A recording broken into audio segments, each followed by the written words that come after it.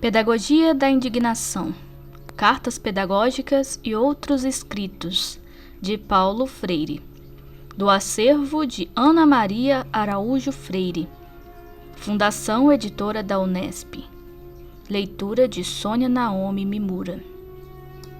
Terceira carta, do assassinato de Galdino Jesus dos Santos, índio Pataxó. Que coisa estranha brincar de matar índio, de matar gente. Fico a pensar aqui, mergulhado no abismo de uma profunda perplexidade, espantado diante da perversidade intolerável desses moços, desgentificando-se, no ambiente em que decresceram em lugar de crescer. 5 adolescentes mataram hoje, barbaramente, um índio Pataxó que dormia tranquilo numa estação de ônibus em Brasília. Disseram à polícia que estavam brincando. Que coisa estranha, brincando de matar. Tocaram fogo no corpo do índio, como quem queima uma inutilidade, um trapo imprestável. Para sua crueldade e seu gosto da morte, o índio não era um tu ou um ele.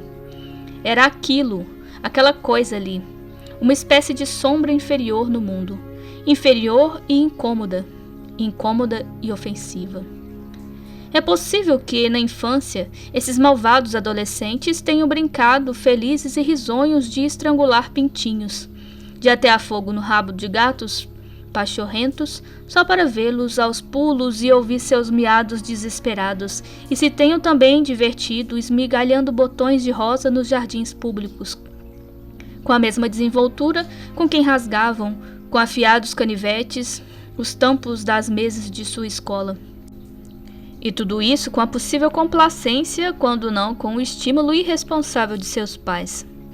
Que coisa estranha, brincar de matar índio, de matar gente. Fico aqui a pensar, mergulhado no abismo de uma profunda perplexidade, espantado diante da perversidade intolerável desses moços, desgentificando-se no ambiente em que decresceram em lugar de crescer. Penso em suas casas, em sua classe social, em sua vizinhança, em sua escola. Penso, entre outras coisas mais, no testemunho que lhes deram de pensar e de como pensar. A posição do pobre, do mendigo, do negro, da mulher, do camponês, do operário, do índio neste pensar.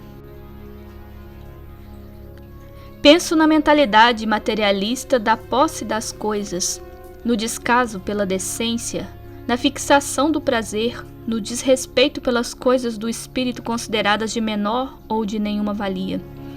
Adivinho o reforço deste pensar em muitos momentos da experiência escolar em que o índio continua minimizado.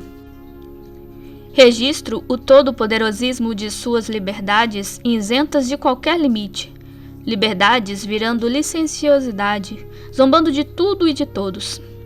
Imagino a importância do viver fácil na escala de seus valores, em que a ética maior, a que rege as relações no cotidiano das pessoas, terá inexistido quase por completo. Em seu lugar, a ética do mercado, do lucro, as pessoas valendo pelo que ganham em dinheiro por mês. O acatamento ao outro, o respeito ao mais fraco, a reverência à vida não só humana, mas vegetal e animal. O cuidado com as coisas, o gosto da boniteza, a valoração dos sentimentos, tudo isso reduzido a nenhuma ou quase nenhuma importância. Se nada disso, a meu juízo, diminui a responsabilidade desses agentes da crueldade, o fato em si de mais esta trágica transgressão da ética nos adverte de como urge que assumamos o dever de lutar pelos princípios éticos mais fundamentais, como o do respeito à vida dos seres humanos, à vida dos outros animais, à vida dos pássaros, à vida dos rios e das florestas. Não creio na amorosidade entre mulheres e homens, entre os seres humanos, se não nos tornamos capazes de amar o mundo. A ecologia ganha uma importância fundamental neste fim de século. Ela tem de estar presente em qualquer prática educativa de caráter radical, crítico ou libertador. Não é possível refazer este país, democratizá-lo, humanizá-lo, torná-lo sério com adolescentes brincando de matar gente, ofendendo a vida, destruindo o sonho, inviabilizando o amor. Se a educação sozinha não transforma a sociedade, sem ela tampouco a sociedade muda. Se a nossa opção é progressista, se estamos a favor da vida e não da morte, da equidade e não da injustiça, do direito e não do arbítrio, da convivência com o diferente e não de sua negação, não temos outro caminho senão viver plenamente a nossa opção. Encarná-la, diminuindo assim a distância entre o que fizemos e o que fazemos. Desrespeitando os fracos, enganando os incautos, ofendendo a vida, explorando os outros, discriminando o índio, o negro, a mulher, não estarei ajudando meus filhos a ser sérios, justos e amorosos da vida e dos outros. 1,5 página de texto digitado, 2,5 de manuscritos. A terceira carta, as últimas palavras escritas por Paulo. Exatamente no dia 21 de abril de 1997. Nelas analisou serenamente a malvadez da morte de Galdino, mas com tamanha firmeza, profundidade e clareza de indignação que poucas vezes senti ou li nos seus escritos. Com este espírito de luta e mansidão, assisti-lo dando sua última aula na PUC-SP em 22 de abril de 1997, ao lado de outros professores. Após a aula, quando saíamos todos e todas para a sala dos professores, recordo-me estava cansado, mas caminhava feliz para acertar os últimos detalhes da viagem que faríamos para Portugal e Espanha, depois da que teria acontecido na primeira semana de maio para Cuba. Teríamos ido nós dois com um grupo de alunos e professores do programa de pós-graduação da PUC-SP, onde ele estava lecionando a aqueles países da Europa para fazermos um seminário e para ele receber mais 3 títulos de doutor honoris causa. Ainda no corredor, abraçando-o, eu lhe disse: Paulo, você está mais arguto do que nunca. Sorriu, gostando do meu carinho e de minhas palavras, pois sabia que tanto um como outras eram verdadeiros.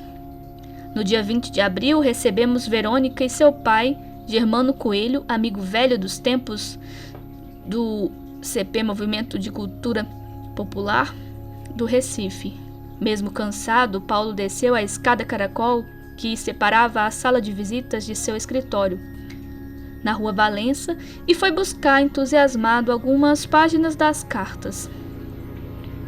Leu-as pausadamente para as novas visitas, enquanto eu, preparando um lanche de fim de tarde de domingo, acompanhava-o à distância.